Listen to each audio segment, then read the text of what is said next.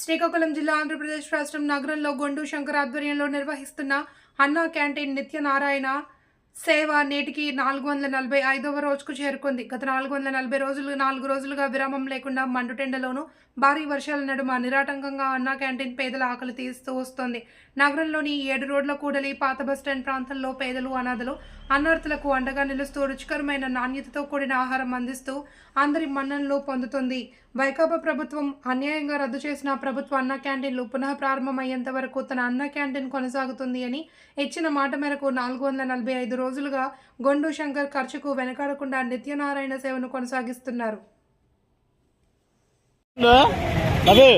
Video తీస్తున్నా.